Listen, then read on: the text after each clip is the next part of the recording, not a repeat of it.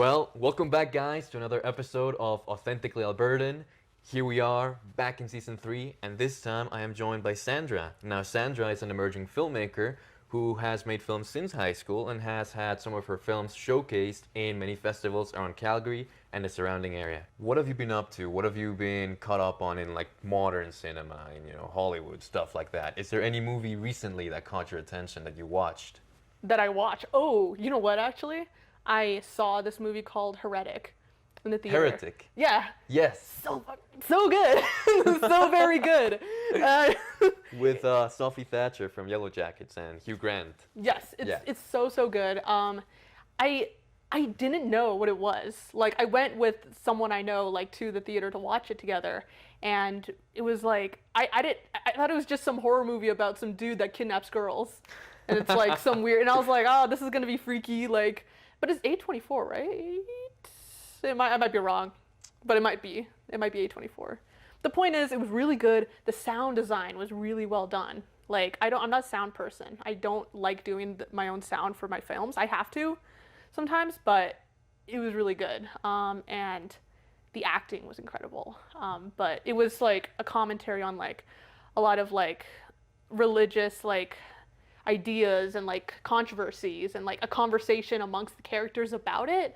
And yeah, it's really, I think it's really cool. Scary too. Very good. Very good at being scary. So. I like the I guess this is kind of spoiler territory. I'll begin by not talking about the spoiler territory because I saw the movie too. Yeah. I really dug the music comparisons. Yes. The music comparisons were great. Mm-hmm. And just again the acting by Hugh Grant, by Sophie Thatcher, great, actors who I love to see, these films, these projects. I gotta say, what really captivated me the most was the story and just the cinematography, how it looked. Yeah. I think they really pulled it off. It's hard to do something interesting in one location. Yes. And that entire movie takes place in just the one house. Because, like, the idea of doing a film... The set design. Yeah, the set design was incredible. And you had, like, a mini set within this... Because they had that dollhouse. Yeah. And did you remember that one shot?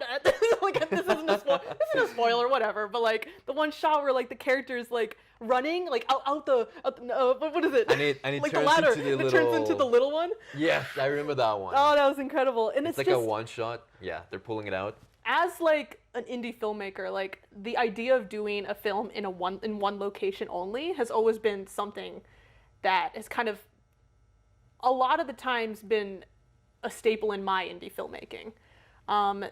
Especially when I was first starting out. Like my first film was like one location really. Yeah. Just because it's easy to schedule, like you just have to focus on one location. It's risky because if you lose that one location, you're completely you're done for. You're done for. Yeah. Like it's really bad, but it's easier for like scheduling.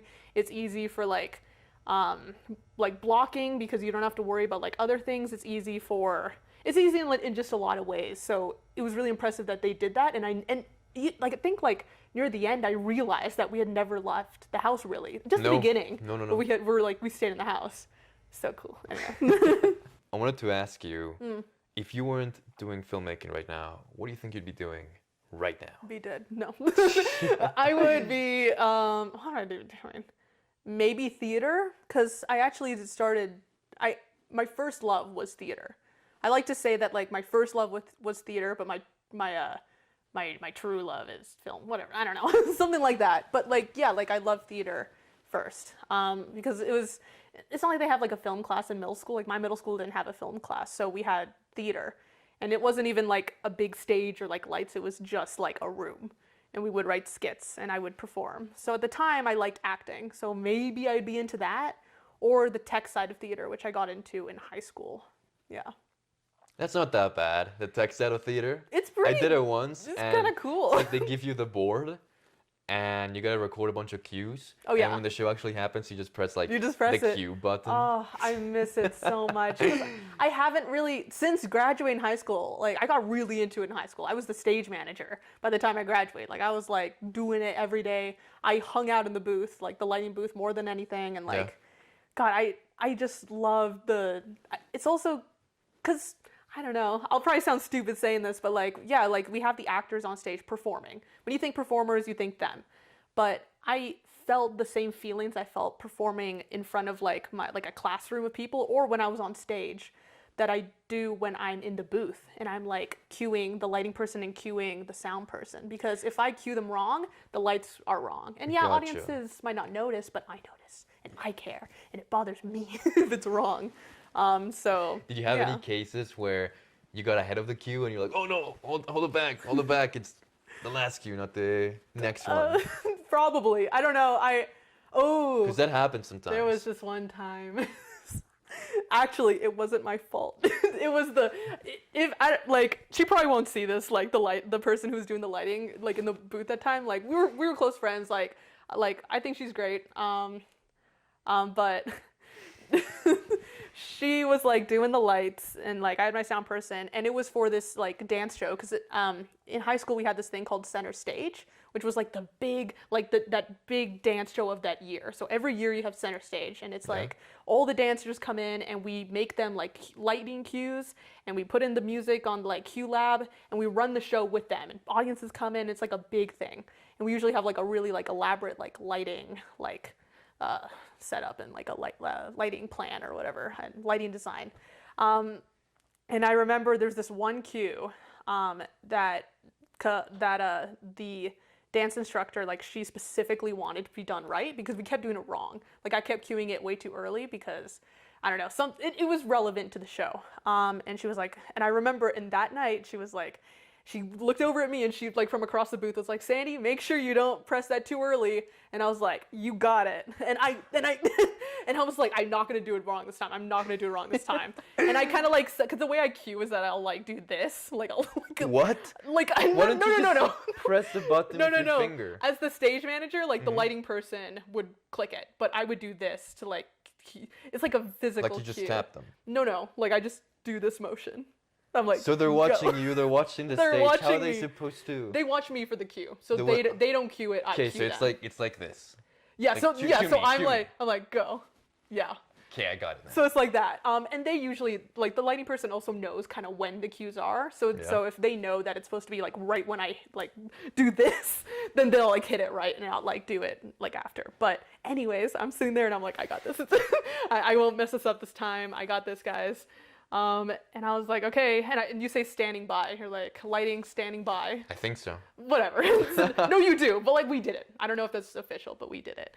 Then I was like, okay, light standing by. And then I was ready to go, and she pressed it too early. And I'm just, I like turned and I'm like, not her, like, it happens, whatever, but like, I was like, no, I wanted to do it right this time. You'd be more into theater then if you weren't into filmmaking. Probably. I don't know, long time ago, before I understood how the world works. I was like, I want to be a doctor, you know? Like, I don't know why. I think the idea. Did you watch House? No. No. What did I watch? Grey's Anatomy? No. I don't know what it was that maybe. ER?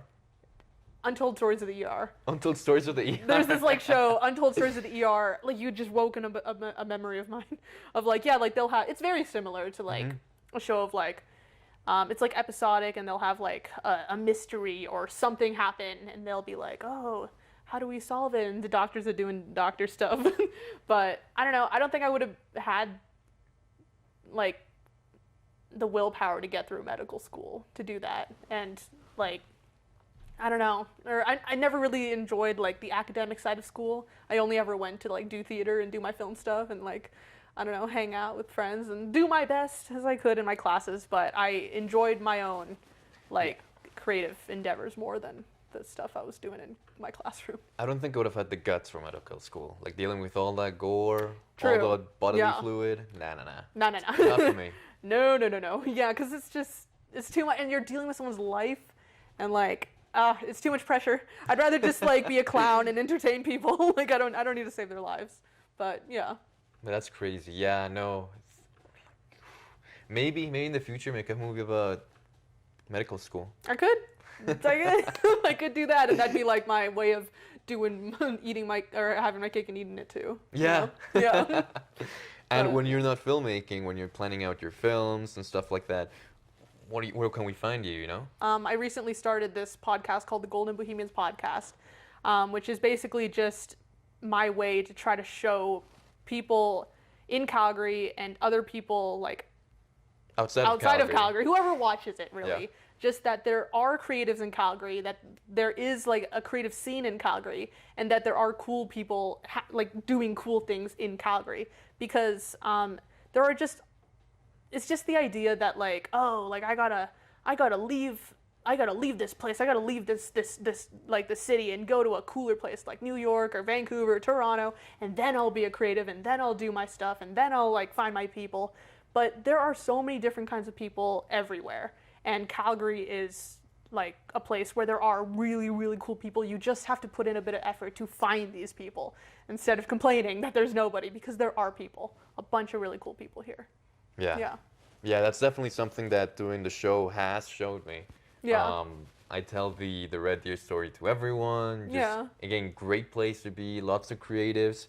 And as a Calgarian, you wouldn't have imagined it. And I imagine someone who lives in Toronto and Vancouver looking down on Calgary, like, there's no one there. But really, through those experiences, through shows like your podcast, you're really showing the world and Canada that there is opportunity here in Calgary. Yeah, and I have so much fun on the episodes, because even just, was it 2 days ago, I had a guest on, like a DJ and a music producer who is also a community builder, and he's so cool, and he just has like stories of being a DJ, and taught me a lot about what being a DJ is, and like how cool the like DJ scene is in Calgary. And yeah, like just, and I guess another thing with the podcast is also just like trying to make a point that like if creative people feel the need to keep leaving somewhere to go to one place, like like New York or whatever, then we're not going to be able to grow the scene. But if we kind of like appreciate kind of like the scene that is and help it grow like together, then it can be like bigger and get better. And that's what like his community was all about, that he kind of like founded, and that's what I kind of want to do with the podcast too, and what I do as a creative as well, just in general. Yeah. What inspired the name for the podcast? I really like the word bohemian, because what does it mean? It means like an artist. A lot of the time, like a poor artist, but I think it's like simplest term. It's like a term for an artist, and I think I first heard the word from the song Bohemian Rhapsody, which is just my absolute favorite. Like, it's my absolute favorite song ever. I listen to it all the time. I've cried to it. I've laughed to it. Just everything. It's everything in one song, and it's beautiful. You've done karaoke to it? I have done karaoke to it. I made a play around the song. I love this song so much. And so I took the word bohemian from that. And then Yellowness Productions, which is like my production company, I wanted to like have the word yellow kind of involved in the title. I don't know, just so it's kind of like correlated in some way. Gold, yellow, yeah. Yeah, I didn't want to go like the yellow bohemians. Like, I feel like that didn't make sense. But I was like, let's do the golden bohemians. Much better. And also gold is like beautiful and cool and amazing. And these artists I feel are cool and amazing and beautiful. So the golden bohemians. And where do you film this podcast? I am very lucky that I found that there are some resources at MRU that I'm able to use, so I film it there. Do you go to MRU? No. I do not. But I did some workarounds, and I found a way to kind of like use their resources and be allowed to use it. So I'm not like sneaking in and like doing it, because I don't even think you'd be able to. But I found a way to kind of like do it as like a community member. Gotcha. Yeah. Yeah. Because that's, like, from what I've seen, you know, you've got the whole booth, you've got the camera angles. Oh, yeah. Great audio, by the way. Thank you. Really happy with the audio. And that's, like, the crucial part of a podcast. Oh, yeah. No, I mean, it's like, the podcast is, like, usually mostly an audio medium, you know. And I mean, we have a camera here, and I got a camera on mine, but, yeah, audio is important. Yeah. Do you have someone who helps you out with that podcast, or is it just all you? I used to, but he needed to take a break for a bit, so I'm kind of just like doing it on my own for now. But I want to find like a person I can like, I don't know, collaborate with. But yeah, for now I'm doing it on my own. Yeah, gotcha. How do you choose your guests? When I first started the podcast, I got like my notes app, and I made like a huge like list of just everyone that I think is cool. And it's a long list, because there are some really cool people here in Calgary that I know. You know a lot of cool people. Well, I've been lucky to like meet some cool people at like film festivals and stuff. And I tried to also make a point of not choosing too many filmmakers, just because I've been a filmmaker longer than I've been a podcast host, and I wanted to like meet other artists, not just filmmakers, because like as much as I love filmmakers, I want to meet like sculptors, and I want to meet DJs, and I want to meet music producers, and I want to meet chefs, and I want to meet like different kinds of artists in different mediums, and like see what their life is like, you know? Yeah, what they're up to, how different it is. Yeah, but yeah, I just kind of wrote a list, and if I always want to make sure I'm a fan of your work, and I always want to make sure that I like a genuine fan. I don't want to like not a fake fan where I'm like, what do you do? Fan. Yeah, like I don't even know what you do, but like I want to like genuinely enjoy what you make, and hope that you are someone that's like gonna stick around in Calgary, you know? Yeah, mostly. like you've got influence here and you plan to settle down, have your roots here. Yeah, I would say. How was that experience filming the first episode? You know, you are a new podcaster, you haven't done it before. Was there any inspirations? Do you watch podcasts? I do watch podcasts, not as many as I should, but I have some recommendations if people want to hear it. But yeah, so scary. It is so scary because that's like, the name of the podcast? Well, some podcasts I recommend. So No, it's so scary. Like I don't know how people do it. Like, well, okay, some podcasts I listen to. I listen to the Duncan Trussell Family Hour podcast, which is a very actually you can find like, because he makes a podcast, and then he took some episodes of the podcast and made it into some Netflix episodes where he like animated some stories over it. Right. I don't know if you've seen the Midnight Gospel. Yes. I recommend that. that. Was like a thing back in the 2020. Yeah. Yeah. I love that show. It's my comfort show. So I've watched a couple of his like episodes. Not as many as I should. I kind of find that I like pick an episode and I like stick to it and just rewatch it a million times. But that one, a really good one is this podcast called Normal Gossip, where the host will like scour or will like ask people to send in gossip stories from like things that happen in their family or whatever, like friends, and then they'll bring on the guest, and then she will read out what the she'll like read out the gossip story. Yeah, like the gossip story as if she's gossiping to the guest with her. And it's not usually like too dramatic. It's not like a sad gossip, it's like fun gossip. So I recommend that a lot. Yeah, I think those are my like main recommendations. And this other one called The Hilarious World of Depression.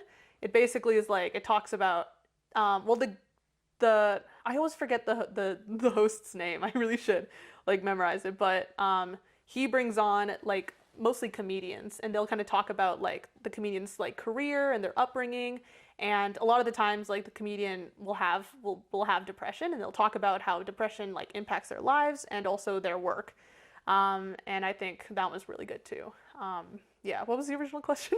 Was that the original question? Yeah, like what inspirations, what podcasts inspired you to start your own, and just, how'd you get started? How was like the first episode? And you told me like it was scary starting out because it's something that you haven't done before. Yeah. And something you're trying out. You know, you've got the whole studio with the cameras and everything. So what equipment do you use? Well, right now we're actually, because we shifted it a little bit, and right now I'm using the MRU's like official like podcast studio. Wow. So it's nice because you can get like really good audio with like zero work. You just turn it on and it does it, and you just got to change a couple of things, but it's good. And then I use my like little Canon camera to like film like one angle. I'm hoping to get other angles, but I think like we just have the one angle for now. Yeah. Yeah. Well, you know, that's very impressive to see, and I enjoyed what I heard, you know, from the podcast. Yeah. Do you have any future guests who you might want to, who you're excited to talk to about in the future? Yes. I had coffee with this artist a while back, actually, like a month or two ago. And I just contacted them and I was like, hey, like, do you still want to do the episode? And so we're like thinking of working that out. And I haven't asked to this one person yet, but he's like a chef and a magician. And a chef and a magician? Yeah, he's a chef and a magician. And I haven't brought it up to him, so he might not even... disappear. Yeah, no. But he's like, I haven't even asked him yet, so he might not even do it. But I think like right now, that'd be like the dream guest because he seems really cool. And I worked with him on my most recent film. He was one of our boom operators, and he's also doing some like post sound work. He's just like the coolest, and I would love to have him on. And I've yet to ask him, but hopefully, yeah. Hopefully he signs on. Yeah, that'd be interesting. Oh, to yeah. interview a chef. Yeah. Maybe make him bring a little bit of cuisine. Try it out during the maybe. podcast. Give him a review on the podcast. Yeah. You seen Ratatouille? Be like the one guy from Ratatouille. The what's his not Gusto. That's No, the not guy Gusto. who. That's the guy who died. No, yeah. He's like the skinny Ego. one. Ego. Something. Ego. Yeah. It's Ego? Is it I just think so. I think it's his last name. Anton Ego. Yes. Yeah. I think probably. I don't know. But like yeah. Yeah, do something like I'll that. be That'd that. be interesting. I'll be that. I'm sure that'll be super welcoming to him. Like Well, it's super always nice. it's always a challenge just trying to find something to do during the podcast that Yeah. brings it out, that makes it unique, you know? Cause like, yeah, like I was debating like, ooh, should I make art during the podcast? But then it kind of has to stay as a visual medium. Yeah. Then you can't, cause I also post my episodes on Spotify and like places where you can only just listen to it. And if I do like that, then I would have to be like describing what I write, what I draw, which I can do, but I don't know. I try to film my podcast where it could be watched as purely just audio. But it's hard, so I haven't been able to fully commit to that because like they'll like describe a painting, I'll be like, oh, I'll put it up on screen, and so then you hear it and like there's no screen.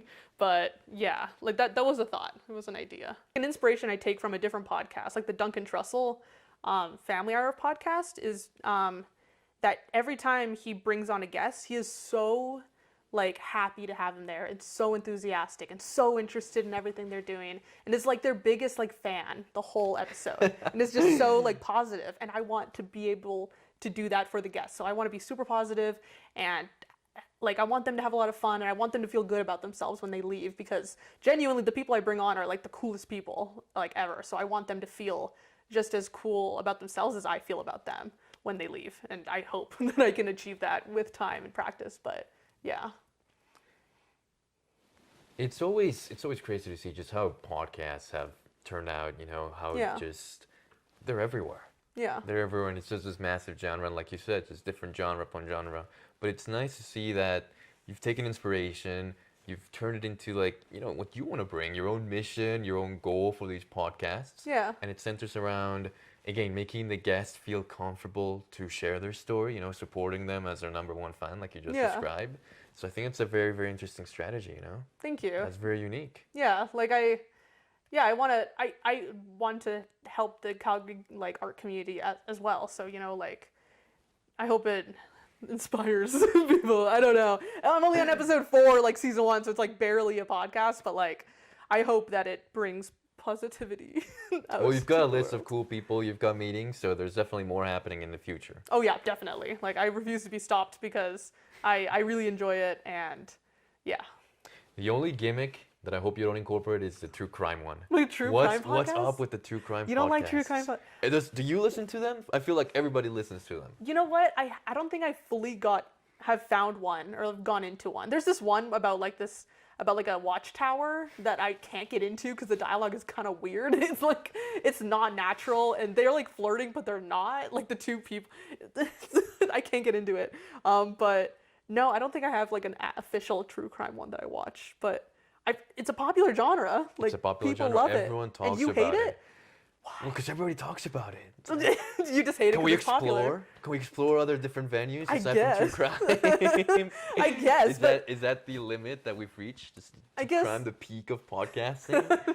Well, I don't know. I guess you could. And should we talk about them? I mean, that's another question. I mean, I guess is it morally okay to is talk it about morally to this talk messed about up this? stuff? Yeah, exactly. Should we just let it, you know, be another news source, and then get it swept under news? Because you think about it, you're making it kind of hip in a way. I mean, yeah. Yeah. I mean, it's a whole genre that people love to watch. Like you get hooked on it, and I think it's also a human nature to kind of be like, "Whoa, something bad happened?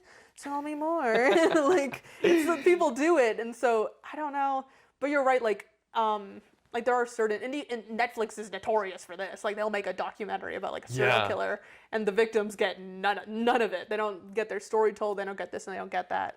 And so yeah, like it's definitely a problem. And I think, I don't know, like I guess it's how it's handled, and like if it maybe spread, like there was, I don't know if this would be in the genre of true crime, but there's this podcast that I also recommend called Twin Flames.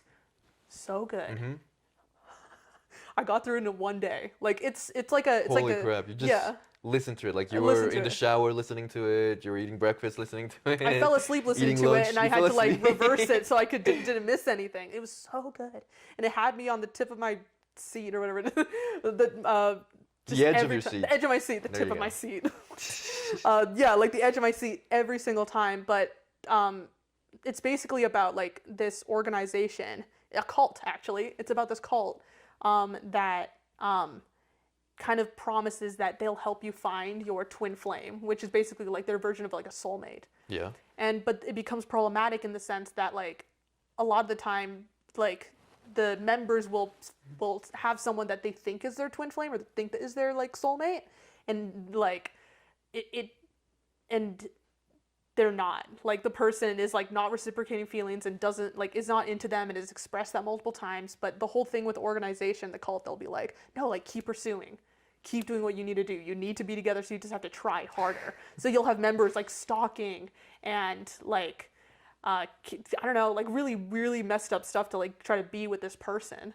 And the podcast basically just tells the story of these like the actual people who were in the cult and like escaped. Are like telling their story and like talking about it. I don't know if that is a true crime. I don't know if that's a true crime. Well, it's criminal, you know, stalking. Like some of it is felony. like, so I guess it is kind true of. crime. But it was so good. And I think that was done well because it was the actual people who like experienced it, telling their story and like, I don't know, like giving a voice to the people who were like victimized by that cult. Yeah, no. Sometimes I'll just be with my friends and one of them will watch the true crime and we'll be, you know, going out, eating some fries, eating some burgers. Yeah. And as we're eating, they'll just tell me about, you know, this horrible thing that happened to his family of four. And I'm just trying to enjoy a burger here. Yeah, I'm not trying to get into all this. You're like the cannibal family and you're like mid-chewing your burger and you're like, no. The cannibal family. Yeah, I don't know. Like some messed up thing. Like there's so many messed up things. And you're just trying to eat your meat burger and now you're thinking about it. No. Yeah, no, I get that. I get time and place. There's time and place for certain like topics and conversation. The only one that I'm guilty of is, well, it's not really a podcast, but I do watch those videos about like the spelunking going wrong. What is that? Spelunking, like, you know, when you go diving under the caves, God. underwater caves, Oh, and all that stuff. Oh my God. And then it's like, you know, at 100 meters, this person got stuck, their tank just ran out, or at 200 meters, they're getting out of the cave, but they ran out of oxygen, and then something happened to their bodies, because, you know, when you're rising, when you're diving, there's certain procedures. Yeah. That's the one I'm guilty of. You love that. You can't get enough of it. I don't love it. I'm just curious. I'm like, no, you love it. You're I want to obsessed. know what happened to this person who They drowned. You know, Spoiler: they drowned. Like they drowned in the cave. Underwater in the cave and just see what happened to them. That's so terrifying, man. Like drowning is so like I have a thing with like drowning and choking. Like I'm scared. Like any. I think every human does. Yeah, but like I have it to the point where like I'm like scared to chew food. I'm like, and I don't know. I don't go to the ocean. My name's Sandy, but I don't go to the ocean often. Like I don't like it. But it's like it's spooky. Like I don't like it. There's this documentary on Netflix I recommend. It's so spooky though, but you'll like this since you love watching people drown. It's called The Deepest Breath. So good, and it's about these free divers. Yeah, the free diver one. So good, but it's no spoilers. But if you have a thing with drowning and like passing out on like oxygen, like don't watch it. That one's crazy. So that one's good. Crazy. It's yeah, so with the good. trainer. Yes. Yeah. And like the love, like. Like triangle. No, not the love triangle. They married and something happened. Yeah. I don't want to spoil it, but I don't know. My face spoiled it, but like you gotta watch it. Everyone watch it. It's really good. Yeah, Netflix, whatever. So, you know, what got you into filmmaking? What made you say, well, here's what I want to do? Honestly, it wasn't watching movies that got me into wanting to make movies. it was just knowing that I really wanted to be a director. Like, I don't know what sparked that. Like, I don't know what sparked me wanting to be a director. Actually, I think it's just me not knowing what film jobs there were, and I was like, whatever's the highest position, give me that, if possible. Like, my dream job, director. And so I obviously figured no one was going to hire like a 15-year-old director. So I was like, okay, I guess I'll have to write my own script. And if I'm writing my own script to direct, then I'm also going to have to like film it myself. So now I'm the camera guy. And oh shoot, now I have to Get the actors. Now I got to find the actors. So luckily I didn't act. I don't like acting in my own films. As much as I liked acting in high school, in middle school, I don't like seeing myself on camera. So this podcast is going to be rough, but like I don't like it. So how do you edit your podcast then? I close my eyes. Just like, I don't know. I suck it up, and I'm like, what? You know, you got to do what you got to do. But for my films, like I try not to. But yeah, like so then I was like, okay, like I'll get my actors. Oh shoot, now I got to edit it. So now I got to learn how to edit. Oh shoot, now I gotta like learn to be a producer to like manage all these people and like this and that. So by trying to become a director, I ended up becoming like my own little mini film industry for my own films. And I ended up falling in love with just about every aspect of it. I fell in love with editing, I fell in love with the camera, I fell in love with writing, I fell in love with, directing, I love doing that too. And then I fell in love with producing, and that's kind of what I tell people that I want to be. Like, I want to be a director and I want to be a producer because I'm trying to run my own production company, like Yellowness Productions, and try to make that more official. But yeah, like that was kind of what got me into filmmaking as a whole, is going after one role and then just doing all of them, because you kind of have to. When you're indie filmmaking, we all know this, you kind of have to, but yeah. But why directing? Why did it start at all? Yeah, like, again, I'm not even fully sure. I think I just like the idea of getting to be in charge. I don't know. Control freak over here. Yeah, I like to like make sure they're all good. But no, like I don't even fully. I think I just, yeah, maybe it was like wanting to kind of be a boss and like in charge of things and like wanting to like be in charge of getting my like creative vision to like go all the way with it. And then obviously the more I grow, the more I learn, the more I realize it's more complex than that. Even like to get funding and to get this and to get that, you need to like compromise a bunch. If you want other people to be happy and you want your team to be happy, you got to compromise.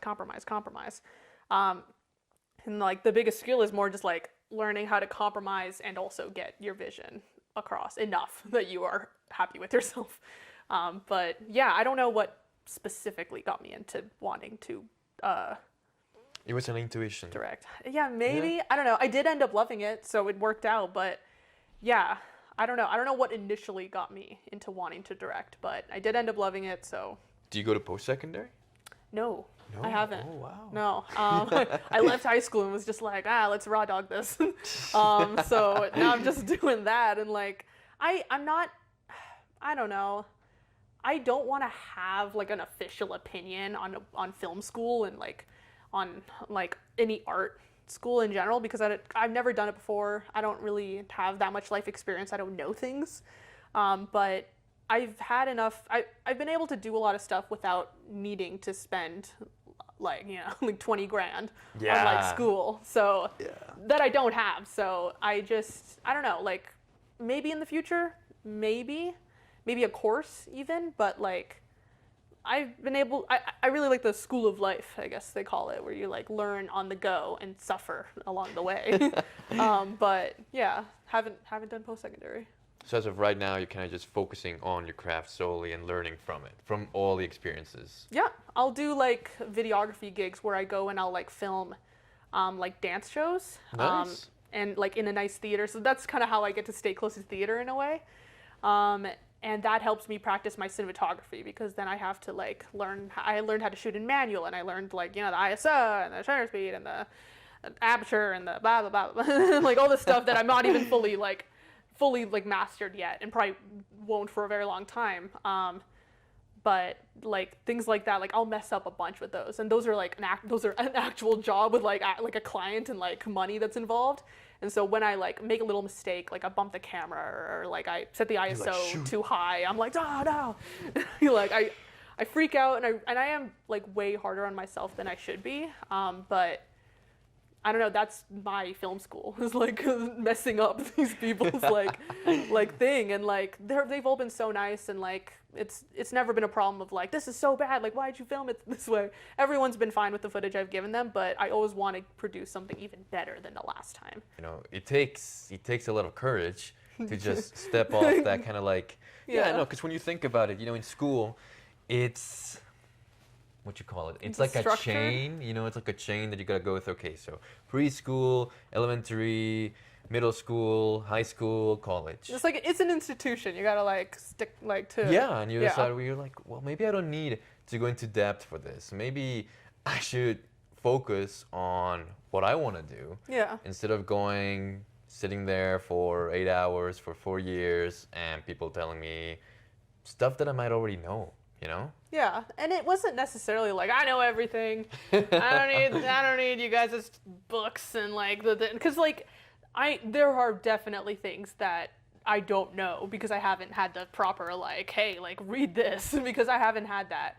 I've had like a couple courses that I've been able to do from like festival wins that I've been given, but like it like nothing like like as structured, and so therefore my learning is very like kind of, I almost want to say spotty. Like I know like some things and then other things I'm missing, and then it's not like a, I don't know how to describe it, like I'm not learning like this, or like here's knowledge, and then like I'm not learning like that, I'm learning like here, and then I learn this, and then I learn this, and then I learn this, and then I learn that, and I learn this, and then I go back to basic thing that I forgot to learn, and I learn that, and I hope that eventually all this like learning will eventually You'll be able to connect the dots. Yeah, and then eventually I'll be here, so it'll look like this. But yeah, like I don't know, I'm also still young, so like we'll see in like 10 years if this decision was smart, but like yeah, like I don't know. But for now, you believe in yourself. For now, like yeah, I want to see how I can do this like on my own, and like yeah, like I know other filmmakers and other creatives have done that. Like they've not done like they'll be like very famous filmmakers who didn't go to film school, instead made a feature, and that was their film school. That's what they'll call it. Like that's how I learned film. I made my first feature film, you know, and that's kind of what I'm hoping to do. Follow in their footsteps or whatever. Do you have any mentors who have guided you through the process of filmmaking? Oh, many. Like so many people that have been like so kind to like bring me onto their projects and like give me advice and like walk me through like their process, and I learned from them. So it's not even, I wouldn't even say it's just one person, it's like multiple people. Like obviously like certain people like come to mind. Like there's this other production company that I met at this other film festival, and they have been just like very, very helpful. Like they invested to get me like this hard drive so I can actually storage the footage from my film and it wouldn't all go into the garbage or like get lost. And they've just been so nice and like a lot of advice, and like they've been doing film for like so much longer than me, so they just like know things. So they've been really helpful. Yeah, and then yeah, other like independent filmmakers in Calgary. Like the Calgary film scene, like independent film scene, is very good, I would say. Like I haven't been any other film scene, so I don't know, but But you feel the bond, you feel that there's I feel a the bond. here. People are very nice, and everyone wants to help everyone out, and I want to contribute to that and help people too, if possible. Yeah.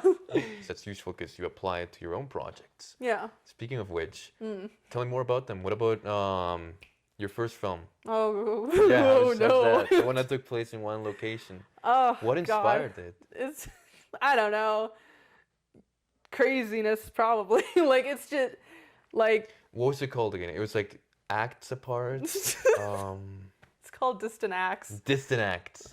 It's first of all, I want to preface, it's a garbage film. Well, Like, I mean, it's your first film. garbage. You know, nobody's gonna start Oh, great. but it's just, I've seen other people short, like, sometimes I've gone to like a few youth film festivals, and some of these talented individuals are just like their first film and it's like amazing, and I'm like, yeah, whatever, whatever, guys.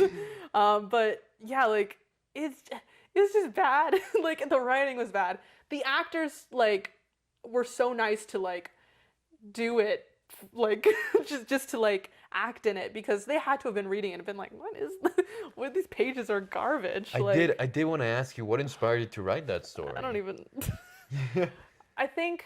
Well, tell us more about the story, actually. Like, what's the movie about? The Distant Acts. The Distant Acts, like the short film. It's about these two friends, and they're like, oh, they're both in a play together, and one of them doesn't show up for like the performance night, leaving the other friend like stranded and without the ability. Did you see it? Yeah. Oh, okay. Oh no, now I'm embarrassed. Yeah, stranded without and not able to do the show. Flash forward, like I don't know how many months, and I'm like describing it like some poor soul who had to watch it, has no connection to it. But yeah, like flash forward, that's how little, like, because at the time, not a lot of writing thought, I think, was put into it. I was just like, this will happen, and then this will happen, and then this will happen. So I don't even know how many months go by, but months go by, and and they have to meet up for a school project they have to do together. And they're just not getting along, and it's not a productive like session. And eventually they like the whole thing snaps because the guy has again let the friend down, and he forgot like a important part of the school like project that they needed to use for that get together because it was due like the next day or whatever. And she snaps and she's like, screw you, like Joshua. Like you let me down now and you're letting me down again. Like I'm telling, and then she kind of expresses like what happened that night, and they're finally communicating about that whole thing. And then he lets on, oh, there was this deep, dark thing that was happening at home that like stopped him from, it's just so like, I don't know. And I don't even know if I should spoil it, but like, his reason is so dumb to me just because I don't have experiences like that. Like, I haven't experienced what he describes, like, for his home life. So me writing about it and, like, like feel making... insincere talking about it? I didn't do it with the intention of being, like, melodramatic or being, like, ooh, let me take this experience of what some people genuinely, like, deal with and make it into my film for profit, because it made zero money. Like, it didn't help. It didn't, like, I don't know. I think I just needed something dramatic for that moment, and so I just put it in. And that's another example, like, a lot of my writing back then. And it just wasn't as intentional as it should have been, or I wanted it to be. You know, like, a 15-year-old wrote it, so, you know, you're getting a 15-year-old's, like, short film quality, but it's not my proudest just because it's not really, I don't know, like the kind of thing I'd want to make in the future. It's not a comedy, and I love the comedy genre, and I try to do that more. And yeah, it's just like, it's also just bad. It's simply just like really bad. Like, camera's shaky all the time. Color grade is just so, like, the blacks are all crushed. It just makes no sense. Filmed on an iPhone 7. Wow. Yeah, and all the actors are wearing masks because it's COVID. Like, that's one of the questions was, how did like the pandemic impact the filming of this? We originally were going to film in an actual classroom, you know, with these beautiful windows and great lighting, and they were like, and I was about to like actually start filming, and I find out from the school, like, hey, you can't film after school. You can't do after school like activities that aren't related to school if like in the school because of COVID. Like, it has to be school related, so like get out. And I sent back an email being like, but it is school related. It's like I'm a school student here. Can I just say it's for a class, like a school project? They never got back to me. So I was like, damn, I have to like go to like, so I found this, so I used the drama back room. So like, there's like the stage, and then there's like this room where we kind of hang out. Yeah. And there's like a bunch of desks there, and there's a bunch of like tables, and like drama kids would have lunch there, and that's where I would have lunch. So luckily, and all the drama kids were so nice, because some random 15-year-old is going in and being like, I want, and just taking up their main space. Like, the grade 12 drama kids are being kicked out of their own drama room by this like, who knows who, like, yeah, like 15-year-old like filmmaker at the time, to film her short film. So like, I don't know, it's just I don't know. Everyone was so nice to not beat me up after school for that. So yeah. Do not dunk your head in the toilet. Yeah, dunk my head. They should have, because like for that film, like and I hyped it up because I was like, guys, I'm making a film. I'm making my first short film. Check it out. Link in bio. But it got me to where I'm at, which still isn't that great. So, but hopefully, getting better. Yeah. It started my passion. And what about the casting process? How was like that? How'd you get the actors? I was, like I said, very involved in the drama community. Because again, like I love theater, and I was an actor in one of the plays for the first semester. And I had just met a bunch of actor friends who liked acting and wanted to pursue acting. That was a big thing, when it comes to acting, is that I want to find people who genuinely want to pursue it, because then it benefits them as much as it benefits me. Yeah. And they can put it on the resume, they can put it on the demo reel, they can do what they want to do with it. Yeah. And that's where you got your actors from, and they were there helping you out and everything. Yes. Yeah, and they were all friends, so they were out of the kindness of their own heart, they acted in my film. So I will always be grateful to them for that. Yeah. So yeah, it's all friends. And what about there's another one that drew my attention from your time in high school that you filmed. Was it the drum and band one? Band versus drama. The feud of drum and band. How was, you're directing more people, different roles. Yes. How did that feel like? It's a bigger crew. Very big. Again, I was the camera person, I was the director, I was everything. With that one, I was the only crew member. Yes. Yeah, I think so. I was the only crew member. And so it was all filmed in the span of 2-3 weeks. Wow. Yeah. The quickest I've ever filmed a film. That was the quickest I'd ever made a film, because it was the first time I ever made a film for an actual class project. Yeah. I used it for way more than that. I submitted to film festivals and this and that, but I needed to get it done fast. So it'd be hey guys, come in at 7 a.m. And then that scene where they do the abba, aba, iba, uba, uba, ba, ba, baby, and they do the drama warm up.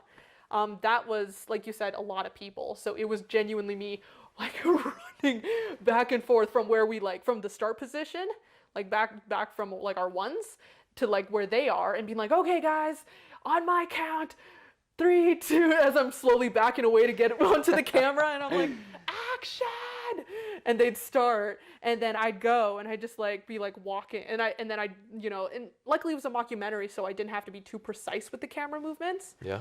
But it was a lot of coordination, some of those parts, and a lot of it came down to the kindness of the people for doing it for free, and caring enough about me as a person, or I guess my vision to do something so ridiculous at 7 a.m. I would just go into the 7 a.m. Usually. Oof. Very early mornings, 7 a.m., 8 a.m., times when the school was as empty as possible, so then we wouldn't be disrupting a bunch of people.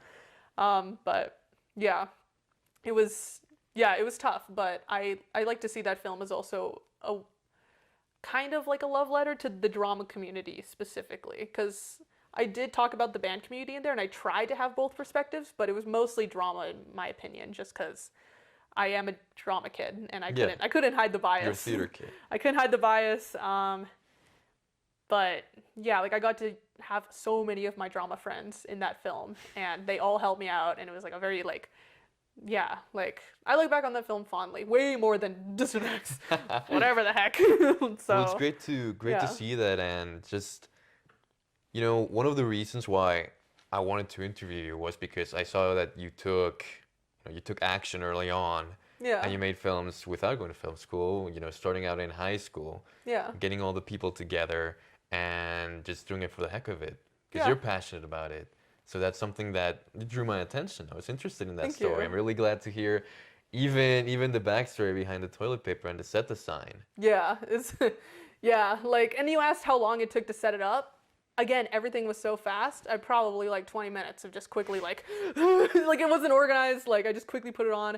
The risky stuff was because I would do stuff like that in the drama room, where they kind of all the other drama kids and the drama teacher was aware of my shenanigans. Like, there would be multiple times where, like, my drama teacher would be like, Sandy, can you clean up your toilet paper mess that you left in, like, the main area? And I'm like, sorry, of course.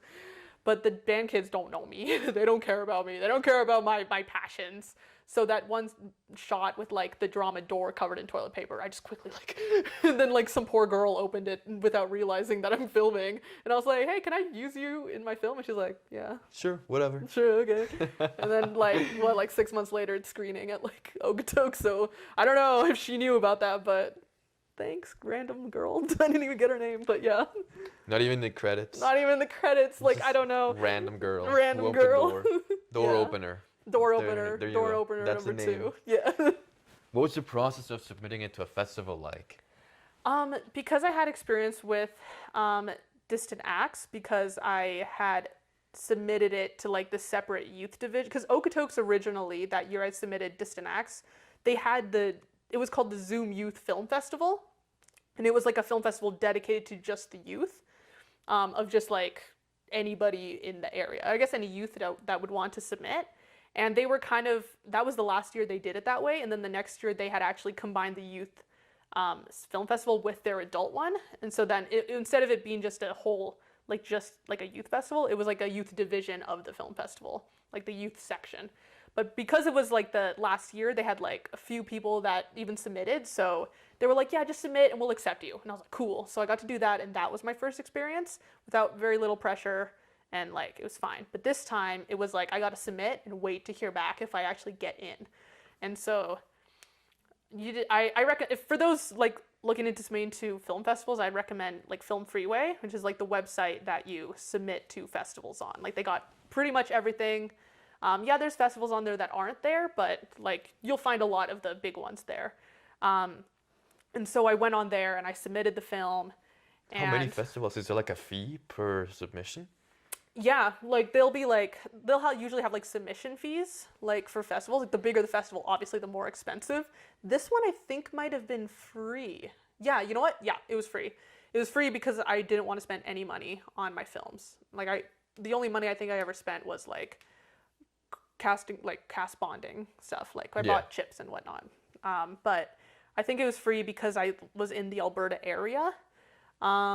So I submitted to that, and thankfully it got in, and then it, like, won, which was very surprising because there were some really good films screening that year. The youth award? Yeah, it won, like, the best youth film of the 2022 Okotoks International Film Festival, which was, like, absolutely huge. Like, I never thought I'd ever win anything, and I was like, oh my god, I can't believe it, I'm so happy. Like, yeah, it's a youth award, but I don't know, as a youth at the time, it was huge. And yeah, like, Okotoks is also just a really great festival in general to submit to. They're super nice. Like, the festival director, Katie, she's so nice. Like we talk every time I go and, like, I screen there, and it's a really great festival, I think, if you're starting out, and just in general. Like, it's a great film festival, and I recommend it. Yeah. Yeah, a really good place for beginners to put the roots down and just get the support that they need to push them forward. Definitely, yeah. I know you've got this commitment to Calgary and all that. Now that you're exploring the community more, how has that been like? You know, how have you found new networking events, or have you found that Calgary really supports cinematographers, filmmakers, or do you think they should make more of an effort? I mean, a lot of my stuff I do, like, alone, and I don't expect people to help me, like, unless they already agreed to help me. Then, of course, it's a whole other thing of, like, you know, show up on time, like, please do your thing. But I don't expect help necessarily, and when people help me, I get all happy, and I'm like, thank you so much, everybody. But I think the Calgary community is, like, very helpful. Like, there's been so many situations of, like, hey, can I please, like, I have a bunch of friends who have, like, let me borrow gear for, like, other projects, and they just, like, for free, you know, just because they trust me and they like, want to help me out. Or I'll get, like, a lot of it because I'm like, very indie. Like, there's indie, and then there's, like, very indie to the point where, like... And then after very indie, there's you. And then there's me. Like, it's so indie because to the point of, like, not being able to pay people. And only recently for like this film was I able, like Theorist, was I able to feed people on set. And so what I used to do before was just have as short days as possible. Like Operation Carl, when we did have long days, we'd get them pizza.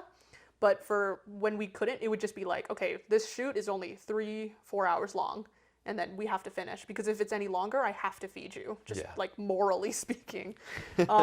So I was able to get funding like through a lot of like Alberta and like Calgary, like either individuals helping me out or like small like grants or small like this and that. And also the wins from SIF. I was able to use like the gift card. I think, like mainly just the gift card and also connections I made at the film festival to help me make Theorist, which is kind of just how it goes. I assume that's just how my career is going to go, is that whatever hopefully success happens from like the last film will help me boost the next film. And hopefully that's successful, and then that boosts the next one, boost the next one, boost the next one. What's your definition of success? I think screening at a festival, like, I think that is, to me, like, success. I mean, like I said, I made that, like, play back in high school. Obviously, that can't really screen at a festival, but people really enjoyed it. So I think also people enjoying my work, I would find successful. I'm trying to, like, do a thing, like, trying to be more, like, what's the word? I don't know, internally confident, where, like, oh, as long as you like it, that's enough. And like, yeah, sure, but I do really like it when other people also like it. Like, yeah, I want to like it, of course, but like, I don't have like a family that is like in the industry. I don't have like rich parents. I don't have like little advantages that can help me. So it's a lot more at stake. Like, I do kind of need to be like at least a little bit like on top of things when it comes to that, if I want to like do good. I guess I gotta lower that pressure for myself, because it's just not always possible. It's not always good. I'm not always gonna be able to screen at festivals. I'm not always gonna like win. I'm not always gonna do this and that. So I need to chill out. I need to calm down a bit. But it's a work in progress. I'm growing as a person at the same time I'm trying to grow as a filmmaker, and I'm growing together. And What advice would you give high school students who are filming their own stuff like you were? Don't wait until you have the fancy equipment to do it. You don't need it. Like, don't wait until you need the fancy equipment. I would instead focus on fostering the skills that would then be elevated with the fancy equipment that you eventually get. So instead of, oh, I need this fancy equipment, so then it would look so perfect, focus on how to manage people. Focus on how to communicate really well. Focus on what scheduling looks like. Focus on like being a good collaborator. Focus on like more like these like interpersonal like social skills. I think it's really, really important if you're going to be, if you want to be like a director, and if you want to be like, because a director is a very social skill. Like, you have to know how to communicate to your actors what you want. Take what the craziness in your brain and like put it into words that they will understand. That's the entire job of a director. And if you can practice that, then once you do have the fancy equipment, it'll be worth it. It'll be actually worth something, I think. I still don't even have a lot of the fancy equipment, but I hope that when I do and when I learn to use it, like, it will help. Sandra, thank you so much for accepting the invite, for being here, for sharing your story. It was great to, again, get to know the background of all the films that I saw on YouTube, of the podcast episodes. Thank you. I can't wait to see, where your career goes.